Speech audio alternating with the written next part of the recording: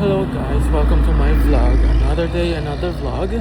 So, nakikita niyo naman, I'm all alone. Mag-isa ko ngayon. And we are trying to be productive for today. So, dito tayo ngayon sa Chinatown. And as you can see, yeah, madami pang open. Ano oras na ba? It's already 7:30 in the evening. Yan. Ganyan ang Chinatown dito. So, maghanap tayo kung anong meron. And we'll see you in a bit.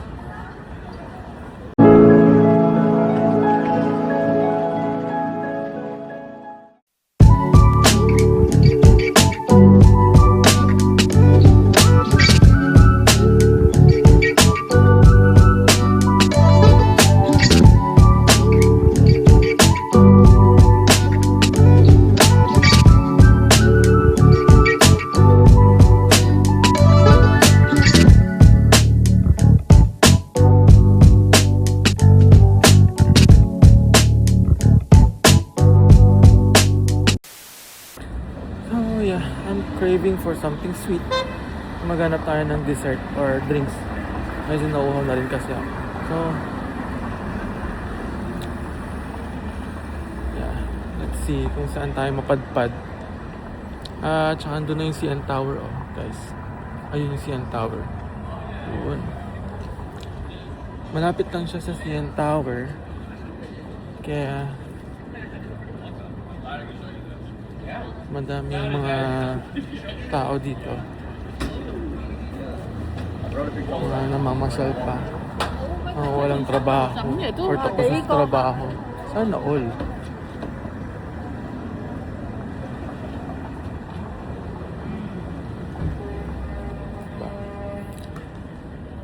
Gusto grocery. Ay no.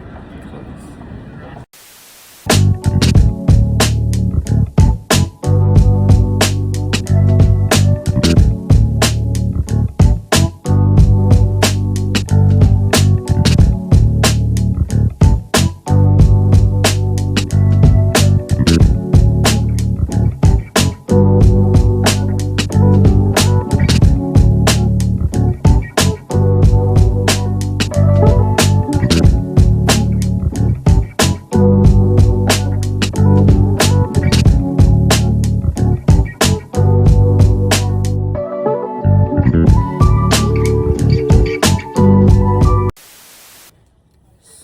Napadpad tayo dito parang sa mart nila. Supermart. Hanap tayo ng ampaw. Para naman hindi tayo naubusan ng ampaw. Pagbibigyan natin. Diba? Just in case may mga ilangan. At least. Yan, ang ampaw, diba? Kung walang time mamili ng regalo, eh di ampaw na lang, di ba? So, hindi ko alam kung ano pipiliin. Wait lang. So guys, ito yung mga napili ko. Ayan, isang maliit, dalawang malaki. Ayan.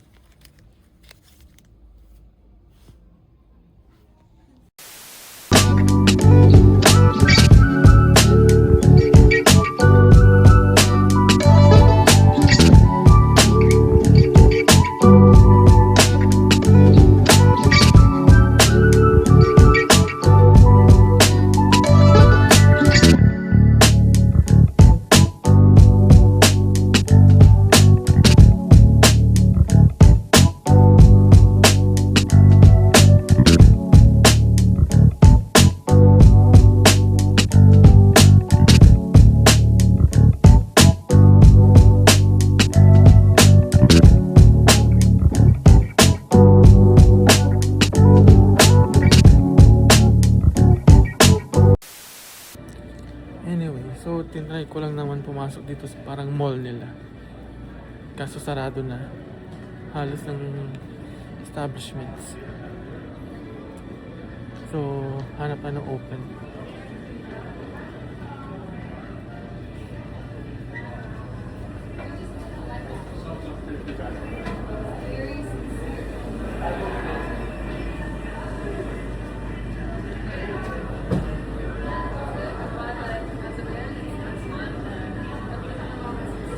Okay, try natin tong dumpling.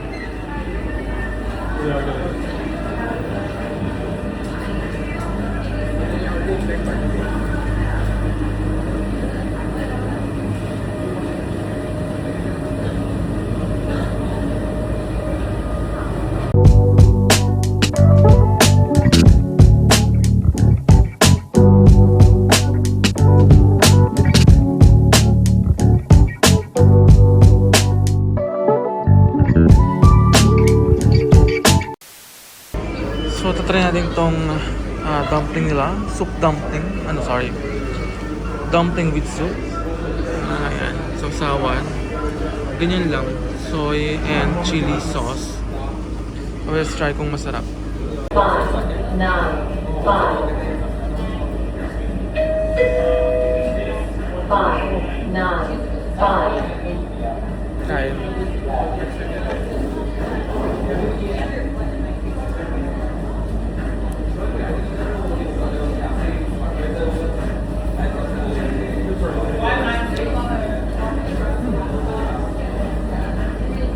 Not bad.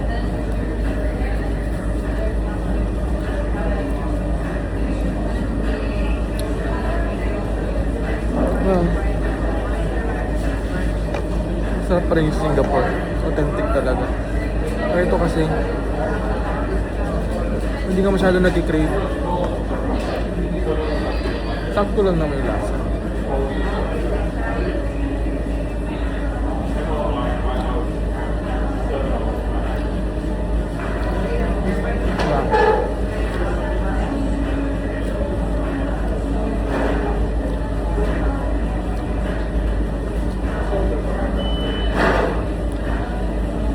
Meron siyang meat sa loob, tapos soup. Kapag kakainin mo siya, pumuputok siya sa loob. Yung sabaw, doon lumalabas.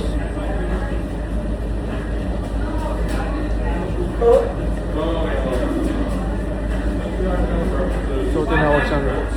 So, ito pala yung mini soup dumpling.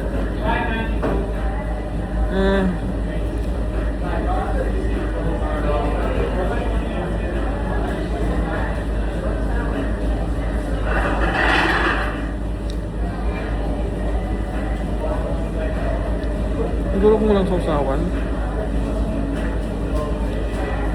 bland lang siya. Kaya kailangan talaga may sausawan. So, yeah. Ubusin ko lang to, then let's go for the next. Let's go to the next. Ubusin ko lang to, then let's go to the next stop. Kain ulit. So, ayun na nga guys. $4.99 for 6 pieces. Okay na rin, pero yung lasa, medyo hindi siya ganun kasarap. So, I would rate it like around mga 5 siguro. Hindi siya yung parang authentic na dumpling. Kasi may mga ibang natikman na rin ako. Mas masarap kahit walang sauce. Eh yun, kailangan mo ng sauce. So, yeah. Ngayon, hanap tayo ng drinks. Medyo sarado na rin kasi yung iba dito. So, try natin lumabas ulit.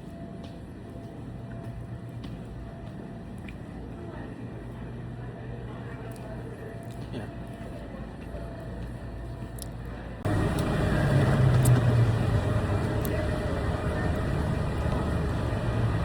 So, halos lahat ng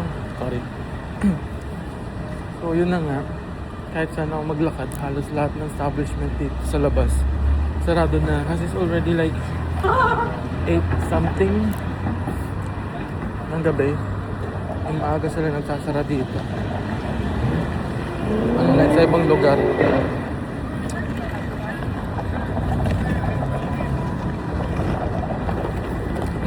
Unlike sa ibang country like sa Philippines. Kahit gabing-gabi yan, ang dami pa rin bukas.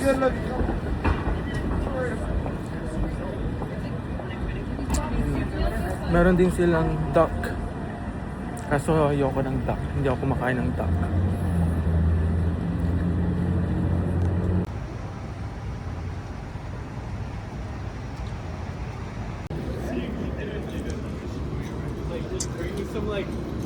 Ito, wow, masarap din to. Kaya lang busog na ako. Nag-dinner kasi ako. Ay, next time.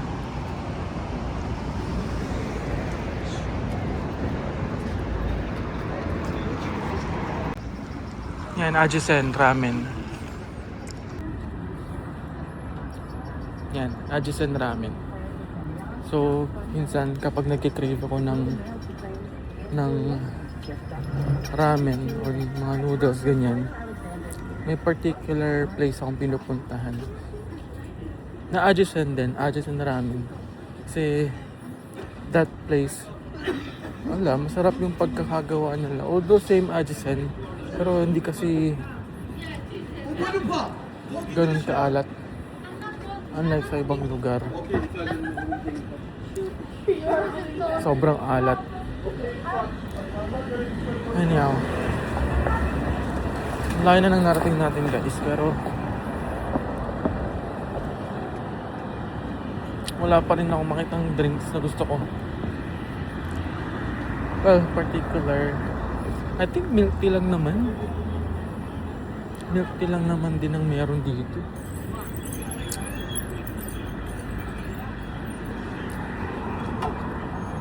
Oh yeah. Hanap muna tayo ng drinks. Maiinom.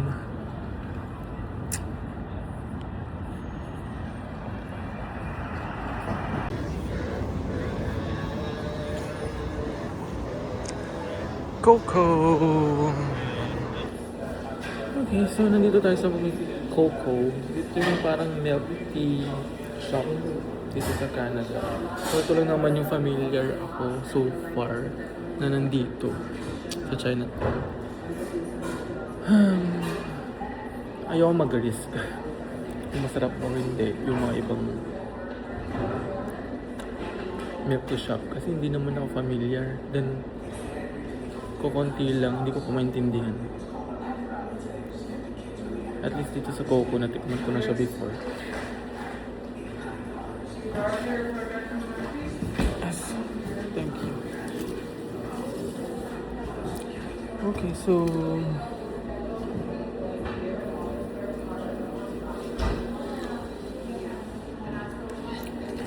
ayan, so milk tea muna. Since we're craving for sweets and drinks at the same time, sira na naman ang diet. But then,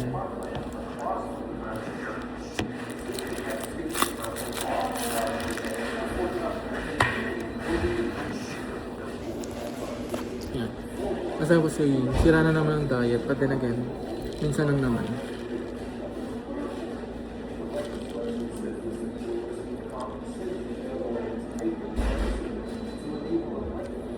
So pagdating sa milk tea, I usually order 50% pag medyo nagka-crave ako ng medyo matamis. So 50% sugar. Pero usually kasi 30% na order. Then always less ice. Kasi the more na may ice, konti lang malalagay nila. Konti lang yung malalagay nilang milk tea, diba? So lugi.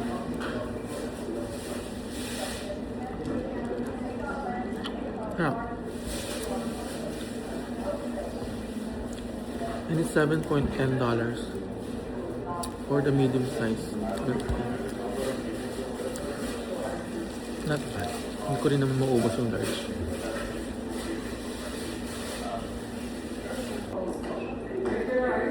Gusto ko sana ito na yung matcha nila. Kaso naalala ko may matcha pala ako sa bahay. Matcha powder. So, gawa na lang ako next time ng matcha. Matcha latte. For now, ito muna.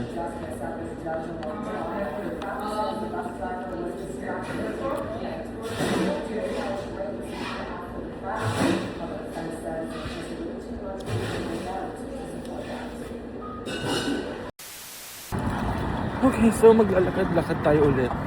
But we're going to Eaton Center. Yung malaking mall dito sa downtown Toronto. So, kasi let's try. Well, I just want to burn my calories. Lakad-lakad. Then, kung anong makita, diba?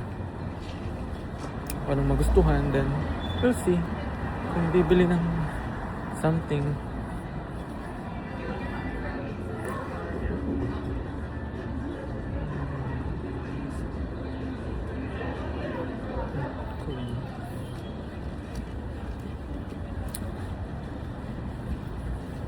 But then again, so, gabi na kasi. Kaya medyo kulang yung napuntahan dito sa Chinatown. But at least nakapunta ng Chinatown, diba?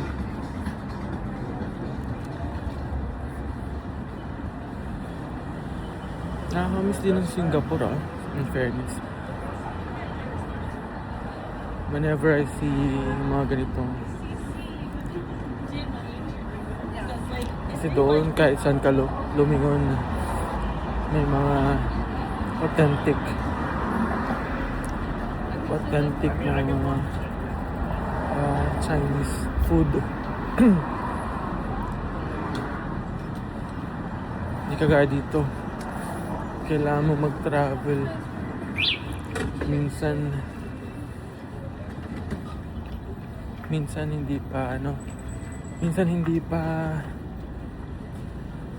hindi pa ganun ka-authentic. So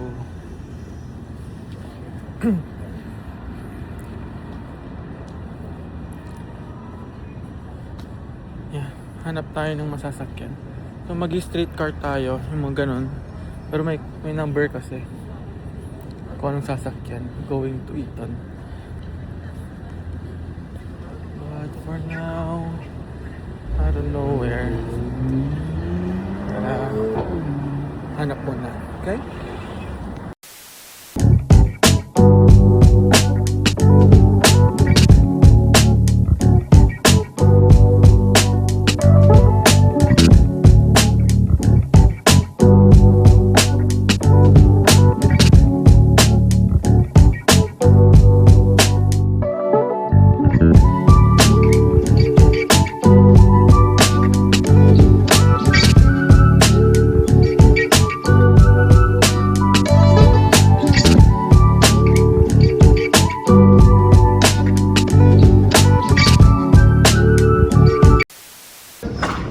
Okay, so we'll try to go here sa Uncle Tetsu Japanese cheesecake. Bili lang ako ng isang pampasalubong sa mga nasa bahay. Okay. Okay, so we bought Uncle Tetsu cheesecake. Ano lang ito? Parang one piece. Sarap siya.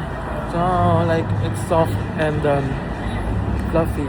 Kaya, tagal ko na rin din nakatikim. So, bumili tayo.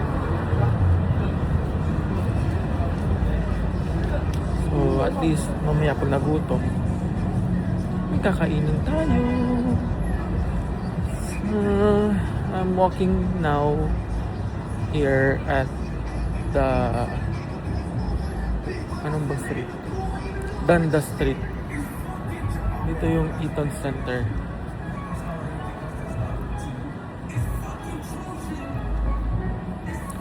Yes. Dami pa rin mga sasakyan. Ewan ko, pauwi na ata yung mga yan. It's already 9 kasi. 9 na. So, after this, lakad-lakad lang saglit sa mall, then uwi na.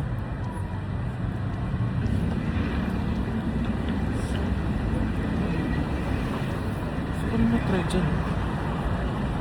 Try natin yan dun sa Moon Palace Restaurant. Authentic Cantonese restaurant daw. So, parang gusto kong try next time.